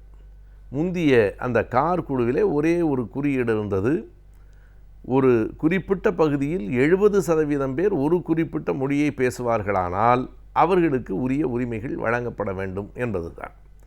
பிறகு ஜவஹர்லால் நேரு, வல்லபாய் பட்டேல் போன்றவர்களையெல்லாம் கொண்டு ஜேவிபி குழு என்று ஒரு குழு 49 நியமிக்கப்பட்டு அவர்கள் கொஞ்சம் நெளிவு சுழிவோடு இந்தந்த தேவைகள் இந்த கட்டுப்பாடுகளுக்கு உட்பட்டு மாநிலங்கள் பிரிக்கப்படலாம் என்று சொன்னார்கள். ஆனால் மாநிலங்கள் மொழிவாரியாக பிரிக்கப்படவில்லை. 52 அக்டோபரில் சென்னை தலைமாகாணத்திலிருந்து ஆந்திராவை பிரித்து கொடுக்க வேண்டும் என்கிற கோரிக்கையை முன்வைத்து பொட்டி ஸ்ரீராமுலு காலவரையற்ற உண்ணாவிரதத்தை தொடங்கினார். அவர் உண்ணாவிரதம் இருந்த இடம் சென்னையில் இருக்கிற மயிலாப்பூர் தான். சென்னையையும் சேர்த்துத்தான் ஆந்திராவுக்கு தர வேண்டும் என்பது அவருடைய கோரிக்கை. 52 அக்டோபரில் தொடங்கி 52 டிசம்பர் வரையில் அவர் பட்டினி போர் நடத்தி 52 டிசம்பர் மத்தியிலே 57 நாள் பட்டினி போருக்கு பிறகு அவர் இறந்து போனார். அன்று வரையிலே மத்திய அரசு அவருடைய கோரிக்கையை நிறைவேற்றவில்லை. ஆனால் இறந்து போனதற்கு பிறகு மிக கடுமையான போராட்டங்கள் வந்த நிலையில் உடனடியாக அரசு அதை கவனத்திற்கு எடுத்துக்கொண்டது. அப்போது ஆந்திரா பிரிந்து போகிறது என்பது உறுதியாயிற்று. அப்படி பிரியும் வேளையில் அவர்கள் சென்னையையும் சேர்த்து எடுத்துக்கொண்டு போய்விடப் போகிறார்கள் என்கிற கவலை ஏற்பட்டு தமிழ்நாடு முழுவதும் அதற்கு எதிரான கொந்தளிப்புகள், போராட்டங்கள் நடைபெற்றன. மதராஸ் மனதே என்று அவர்களும், சென்னை தமிழருக்கே என்று இவர்களுமாக அந்த போராட்டம் நடைபெற்றது. இதில் ராஜாஜி அவர்களும் மாப்போசியும் தான் குறுக்கிட்டு சென்னையை மீட்டு தந்தார்கள் என்பது உண்மையில்லை. தமிழகத்தினுடைய தலைவர்கள் பலருக்கும் அதில் பங்கு இருக்கிறது என்பதுதான் வல்லவன் தொகுத்து தந்திருக்கிற செய்தி. முதலாக 1953 16ஆம் தேதி, பிப்ரவரி 16ஆம் தேதி சென்னை கடற்கரையிலே ஒரு மிகப்பெரிய கூட்டம் நடந்திருக்கிறது. அந்த கூட்டத்திலே தான் தீர்மானம் சென்னை தமிழ்நாட்டுக்கு உரியதென்று நிறைவேற்றப்பட்டு ஆந்திராவின் தலைநகரம் கூட தற்காலிகமாக கூட தமிழகத்திலே இருக்கக்கூடாது, அது ஆந்திராவிலே தான் இருக்க வேண்டும் என்று அடுத்த தீர்மானமும் நிறைவேற்றப்பட்டிருக்கிறது. அந்த கடற்கரை கூட்டத்தில் அனைத்து கட்சியினரும் கலந்து கொண்டிருக்கிறார்கள். அந்த கூட்டத்தை மாப்போசி அவர்கள் எனது போராட்டம் என்னும் நூலில் தான் கூட்டினேன் என்று எழுதியிருக்கிறார். வல்லவன் அதை ஆதாரத்தோடு மறுத்திருக்கிறார். இல்லை, அது அனைத்து கட்சி கூட்டமாக நடைபெற்றிருக்கிறது. அன்றைக்கு மேயராக இருந்த செங்கல்வராயன் தலைமையில் கூட்டம் நடைபெற்றிருக்கிறது. பெரியார் உள்ளிட்ட அத்தனை பேரும் அதில் கலந்து கொண்டிருக்கிறார்கள். அதற்கு பிறகு ஒரே வாரத்தில் அந்த 53 பிப்ரவரி 22ஆம் தேதி இந்தியாவின் குடியரசுத் தலைவராக இருந்த ராஜேந்திர பிரசாத் சென்னைக்கு வந்தபோது இந்த சென்னையை பிரித்து கொடுக்கக்கூடாது என்று சொல்லி திராவிடர் கழகத்தின் சார்பில் 5000 பேர் கூடி நின்று ஆர்ப்பாட்டம் செய்திருக்கிறார்கள். எனவே திராவிடர் கழகம் தன்னுடைய பெரிய தொண்டர் வலிமையை அன்றைக்கு காட்டியிருக்கிறது. இப்படி எல்லா கட்சிகளும் அதில் பங்கெடுத்திருக்கிறார்கள். அது மட்டுமல்லாமல் இந்த ஆந்திர தமிழக எல்லை பிரிவில் எப்படி முடிவு செய்ய வேண்டும் என்பதை தீர்மானிப்பதற்காக அமைக்கப்பட்ட நீதிபதி வாஞ்சு குழுவினரை காமராஜர் அவர்கள் தலைமையிலே தான் போய் கட்சியினர் பார்த்திருக்கிறார்கள். ஆக காமராஜரும் அதற்கு உடன்பாடாக சென்னை தமிழ்நாட்டுக்குத்தான் வேண்டும் என்பதில் உறுதியாக இருந்திருக்கிறார். அவருடைய தலைமையிலே தான் குழுவினர் போய் பார்த்திருக்கிறார்கள். இப்படி ஒவ்வொரு கட்டத்திலும் எல்லா தலைவர்களும் அதில் பங்காற்றியிருக்கிறார்கள். மாப்போசி அவர்கள் தன்னுடைய நூலில் மாநகராட்சியில் நடந்த கூட்டத்தில் தலை போனாலும் என் தலைநகரத்தை நான் மீட்டு தருவேன் என்று தான் பேசியதாக குறித்திருக்கிறார். சென்னை மாநகராட்சியினுடைய கூட்டங்களின் பதிவு ஏட்டை சரிபார்த்து அதிலிருந்து செய்தியை வாலாஜா வல்லவன் தருகிறார். அப்படி உரை எதுவும் அங்கு நிகழ்த்தப்படவில்லை. அங்கே என்ன உரை நிகழ்த்தப்பட்டிருக்கிறது என்றால், சென்னையை தமிழ்நாட்டுக்குத்தான் என்று முடிவு செய்தமைக்கு நன்றியும் பாராட்டும் தெரிவித்துத்தான் அந்த கூட்டம் நடைபெற்றிருக்கிறது. அந்த கூட்டம் நடைபெற்ற நாள், அதிலே உரையாற்றியவர்களின் பெயர்கள், உரைகள் இவை அனைத்தையும் அந்த பதிவு ஏட்டை பார்த்து வாலாஜா வல்லவன் குறிப்பை தந்திருக்கிறார். மறுக்கிறவர்கள் இதை இனி ஆதாரத்தோடு மறுக்க வேண்டும். எனவே அனைவருமாக சேர்ந்து பெற்ற ஒரு பெருமையை, ஒரு தலைநகரை தான் மட்டுமே பெற்றுத்தந்ததாகவும் தன்னுடைய குருநாதரான ராஜாஜி அவர்களின் முயற்சியோடு தான் பெற்றுத்தந்ததாகவும் மாப்போசி அவர்கள் குறித்திருப்பது உண்மைக்கு மாறானது என்பதை வாலாஜா வல்லவன் அந்த கட்டுரையின் மூலம் நிறுவியிருக்கிறார். சிறுதானிய பயிர்களை கொண்டு நம் நோய்களை எவ்வாறு தீர்க்கலாம் என்பதை பற்றி நமக்கு உணவாக சமைத்து காட்ட வருகிறார் டாக்டர் அமுதா தாமோதரன் அவர்கள். நம் விடையிலேவா நிகழ்ச்சி நிறைவு பகுதியாக வரவிருப்பது உணவு பாரம்பரியம்.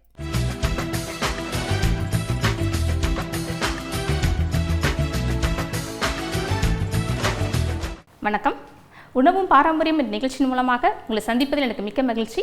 இந்த நிகழ்ச்சி தொடர்ந்து பார்த்துட்டு வர எல்லோருக்கும் என்னுடைய நன்றி நான் தெரிவிச்சுக்கிறேன். நிகழ்ச்சி பார்க்குறாங்க, எனக்கு ஃபோன் பண்ணுறீங்க. நீங்கள் சொல்கிற மெத்தட்லேயே நாங்கள் எங்களுடைய மார்னிங் டிஃபன்லேருந்து மதியம் சாப்பாடு எல்லாமே நாங்கள் வந்து மாற்றிட்டு வரோம். கூடுமான வரைக்கும் நாங்கள் வந்து இந்த ஒயிட் ரைஸ்ன்னு சொல்லக்கூடிய இந்த வெள்ளை சாதத்தை நாங்கள் குறைச்சிட்ருக்கோம்.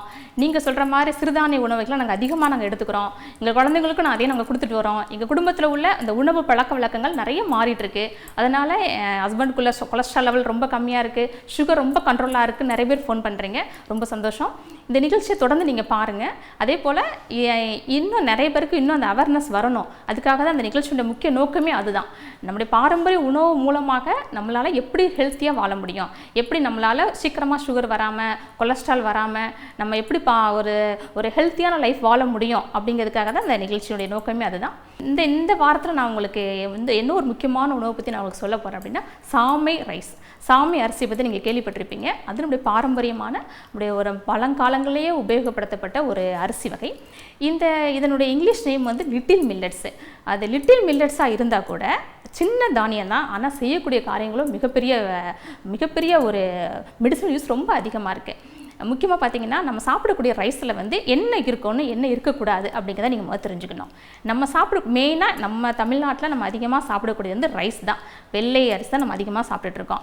இந்த ரைஸில் வந்து நார்ச்சத்து வந்து 0.8 தான், அதாவது 1 கூட இல்லை. நார்ச்சத்து வந்து 1% கூட இல்லாத ஒரு மாவுச்சத்து நிறைந்த ஒரு உணவுப் பொருளை தான் நம்ம மெயினாக நம்ம உணவுப் பொருளாக நம்ம சாப்பிட்டுட்ருக்கோம்.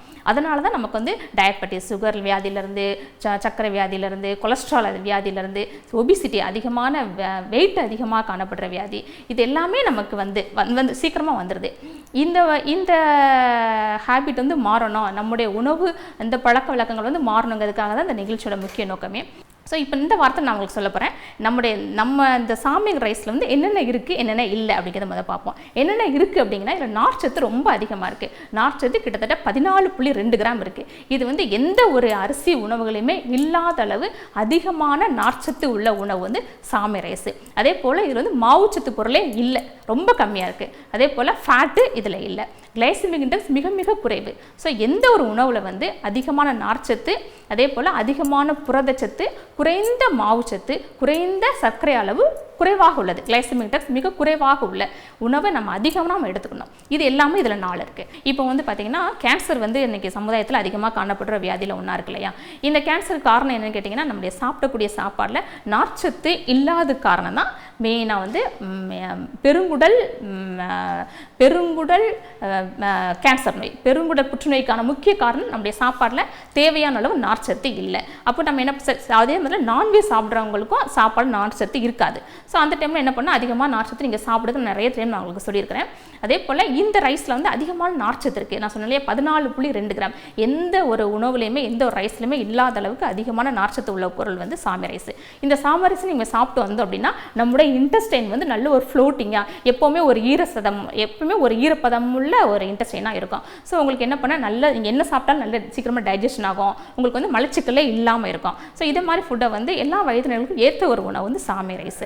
இந்த சாமை ரைஸ் வந்து நல்லா அவைலபிளாக கிடைக்கக்கூடிய ஒரு பொருள் தான். நீங்கள் தொடர்ந்து நீங்கள் எல்லாரும் வாங்க ஆரம்பித்து இந்த ரைஸை பற்றி உடைய மெடிசனல் யூசஸை எல்லாம் தெரிய ஆரம்பித்தோம் அப்படின்னா எல்லாரும் வாங்க ஆரம்பிப்பாங்க. எல்லாரும் வாங்க ஆரம்பித்தாங்கன்னா ஆட்டோமேட்டிக்காக அதனுடைய கல்டிவேஷன் ஆகும். ஸோ கல்டிவேஷன் ஆக அதனுடைய விலையும் நல்ல குறைவாக இருக்கும். இருந்தாலும் இந்த டைமில் கிடைக்குது, நீங்கள் அதை விசாரித்து அதை வாங்கி அதையும் உங்களுடைய கிச்சனில் ஸ்டோர் பண்ணி வச்சு உங்களுடைய ஃபுட்டில் கூடுமான வரைக்கும் ஒயிட் ரைஸை கம்மி பண்ணிவிட்டு இந்த ரைஸை நீங்கள் எடுத்துக்கலாம். இந்த வாரத்தில் நான் உங்களுக்கு வந்து இந்த சாம்பார் ரைஸில் எளிதாக ஒரு பொங்கல் மாதிரி செஞ்சு காட்ட போகிறேன். இப்போ நம்முடைய சவுத் இந்தியன்ஸில் எஸ்பெஷலி தமிழ்நாட்டில் வந்து எல்லாருமே மார்னிங் ஃபுட்டில் வந்து ஒரு எப்போவாது பொங்கல் பண்ணிடுறோம் இல்லையா? பச்சை அரிசியும் பச்சை பயிரும் போட்டு நம்ம பொங்கல் பண்ணுறோம். இந்த ரைஸுக்கு பதிலாக ஒயிட் ரைஸ் எடுத்துகிட்டு நான் அந்த சாம்பார் ரைஸை போட்டு பொங்கல் பண்ண போகிறேன். அதே மெத்தடில் தான் இதை நீங்கள் சாப்பிட்டு வாங்க.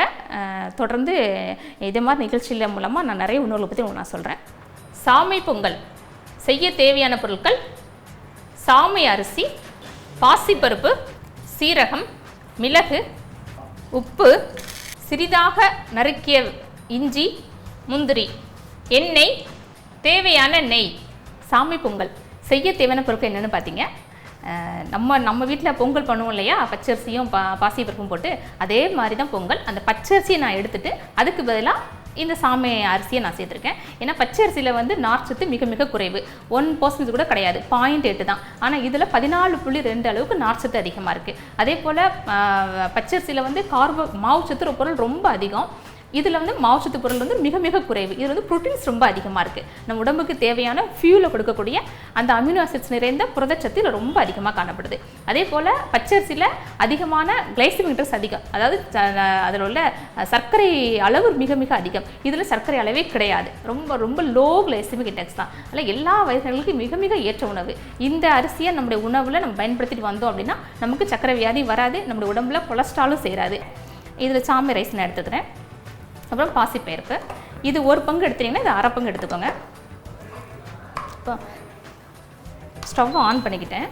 இல்லை 1/2 பங்கு பச்சரிசியை நான் இதை ஃப்ரை பண்ணிக்கிறேன்.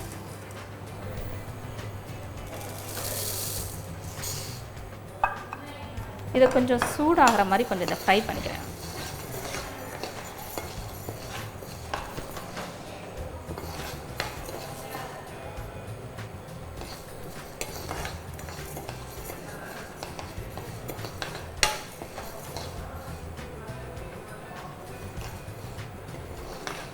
இந்த ரைஸை இது பொங்கல் பண்ணுறதுக்கு முன்னால் ஒரு 1/2 அன் ஹவர் கொஞ்சம் தண்ணீரில் கொஞ்சம் ஊற வச்சிட்டிங்க அப்படின்னா கொஞ்சம் சீக்கிரமாக நம்ம அதை ரெடி பண்ணிடலாம். அதே போல் எல்லாம் கொஞ்சம் சாஃப்டாக கிடைக்கும்.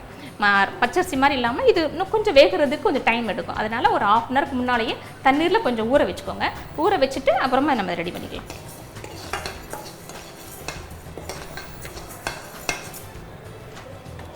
பருப்பு நல்லா சூடாயிட்டு, சூடானோடனே இதை நம்ம மாற்றிக்கிறோம்.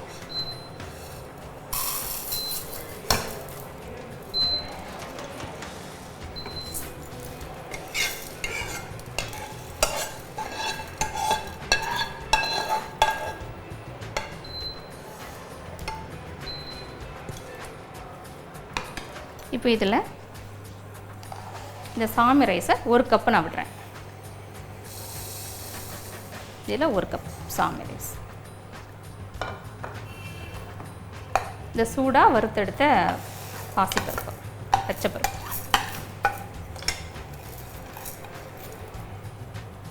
இது மற்ற நம்ம பொங்கலுக்கு கொஞ்சம் அதிகமாக தண்ணி விடுவோம். இது அதோட கொஞ்சம் அதிகமாக நம்ம இதில் தண்ணீர் விடணும். இப்போ 2 பங்கு எடுத்துருக்குறோம் இல்லையா?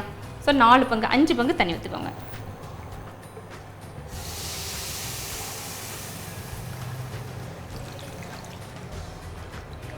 தண்ணீர் கொஞ்சம் தாராளமாக விடலாம். நீங்கள் எவ்வளோ தண்ணீர் விட்டாலும் இது அப்படியே அது உறிஞ்சிக்கும்.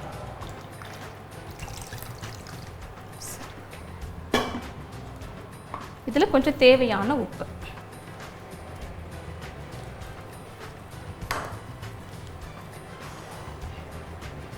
இதை அப்படியே ஒரு 20 to 30 நிமிஷம் இதை அப்படியே கொதிக்க விட்டுடலாம். இல்லை உங்களுக்கு சீக்கிரமாக வேணும்னா நீங்கள் குக்கர்லேயே ரெடி பண்ணிடலாம். குக்கர்லனா ஒரு 2 விசில். இப்போ 30 மினிட்ஸ் ஆகிட்டு, அரை மணி நேரம் ஆகிட்டு. பொங்கல் எப்படி இருக்குன்னு பார்க்கலாம். அரிசி பருப்பு நல்லா வெந்து பொங்கல் நல்லா ரெடி ஆகிட்டு.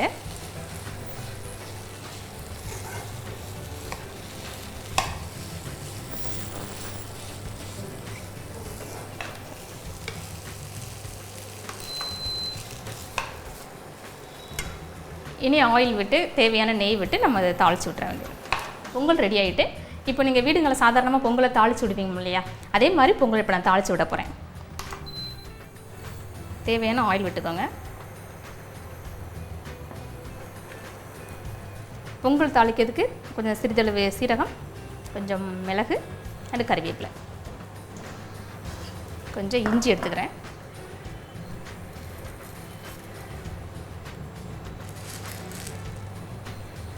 சீரகம்லாம் பொரிஞ்சோடனே இதில் கொஞ்சம் தேவையான அளவு மிளகு,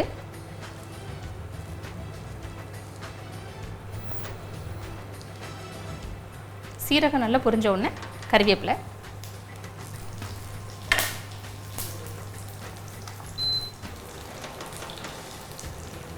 கொஞ்சம் இஞ்சி,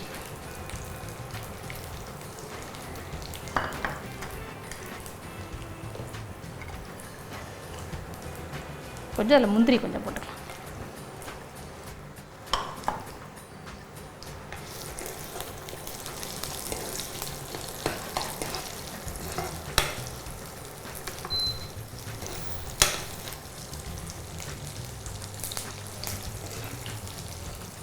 இஞ்சி நல்ல ப்ரௌன் கலரில் ஆயிடுச்சு.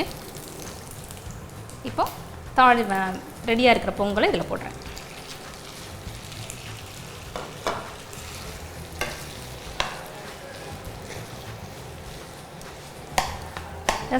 சுவையான ஒரு சாமை பொங்கல். நம்முடைய வெண்பொங்கல் பச்சரிசி பொங்கலை விட இது நல்ல ருசியான ஒரு உணவு. அதே நேரத்தில் நான் சொன்ன மாதிரி இதில் மாவுச்சத்து மிக மிக குறைவு, சர்க்கரை சத்து மிக மிக குறைவு, நிறைய ரிச் ப்ரோட்டீன்ஸு, இதில் புரதச்சத்து நிறைய இருக்குது, நார்ச்சத்து ரொம்ப அதிகமாக இருக்குது.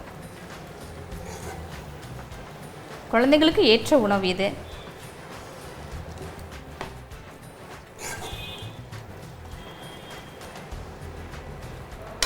இதில் கொஞ்சம் தேவையான அளவு நெய் விட்டுக்கிறேன்.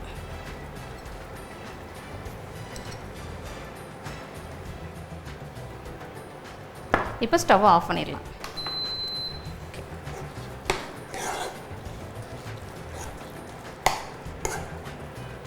சுவையான சாமை பொங்கல் நான் ரெடி பண்ணிட்டேன். நீங்கள் பாருங்கள், நல்ல கலர்ஃபுல்லான வெண்பொங்கலை விட ருசியான, அதே நேரத்தில் சத்து மிகுந்த ஒரு பொங்கல் சாமை பொங்கல். இந்த பொங்கலை இனிமேல் நீங்கள் உங்கள் வீடுங்களை பண்ணுங்கள். வெண்பொங்கலுக்கு பதிலாக இனிமேல் பொங்கல்னாலே இந்த சாமை பொங்கலை பண்ணுங்கள். நிச்சயமாக ஒரு ஹெல்த்தியான லைஃப்பை நீங்கள் வாழ்வீங்க. சாமை பொங்கல் எப்படி செய்கிறதுன்னு நீங்கள் பார்த்தீங்க. ரொம்ப எளிதான ஒரு முறை தான். நீங்கள் சாமை ரைஸ் எப்பவுமே வீட்டில் வச்சுக்கிட்டிங்கன்னா இதை நீங்கள் தினமும் நம்ம சாப்பாடில் நீங்கள் இதை சாப்பிட்டு வரலாம். நான் சொன்ன மாதிரி இதில் யூசஸ் எல்லாம் நீங்கள் கேட்டிருப்பீங்க. நீங்கள் இதை நீங்கள் கூடுமான வரைக்கும் இதை அப்படி பொங்கல் மாதிரி பொங்கல் தான் பண்ணணும் அவசியம் இல்லை. இது நீங்கள் இட்லி ரைஸ், இதை நீங்கள் இட்லியாகவும் பயன்படுத்திக்கலாம், ஸ்நாக்ஸு முறுக்கு அப்படியும் நீங்கள் பயன்படுத்திக்கலாம். ஏதாவது ஒரு வகையில் சாமை ரைஸை உங்களுடைய உணவில் முக்கிய உணவாக நீங்கள் கொண்டு வந்துடுங்க. அப்போது நீங்கள் இப்படி சாப்பிட்டு வந்தீங்க அப்படின்னா உங்களுக்கு தேவையான செரோட்டோனின்லேருந்து, உங்களுக்கு தேவையான ப்ரோட்டீன்ஸ்லேருந்து, உங்களுக்கு தேவையான எல்லா அமினோ ஆசிட்ஸு விட்டமின்ஸும் நிறைந்த ஒரு ஃபுட்டை நான் செஞ்சு காமிச்சிருக்கேன். இதை நீங்கள் தொடர்ந்து நீங்கள் இதை சாப்பிடுங்க. ஒரு ஆரோக்கியமான வாழ்க்கை வாழுங்க. என்னுடைய வாழ்த்துக்கள். நன்றி, வணக்கம். என்ன நேயர்களே, விடியலை நிகழ்ச்சியில் வந்த அனைத்து பகுதிகளும் மிகவும் சுவாரஸ்யமாகவும் பயனுள்ளதாகவும் அமைந்திருக்கும் என்று நம்புகிறோம். மீண்டும் விடியலை நிகழ்ச்சியில் உங்கள் அனைவரும் சந்திக்கும் வரை உங்களிடமிருந்து விடைபெறுவது உங்கள் ஷபானா.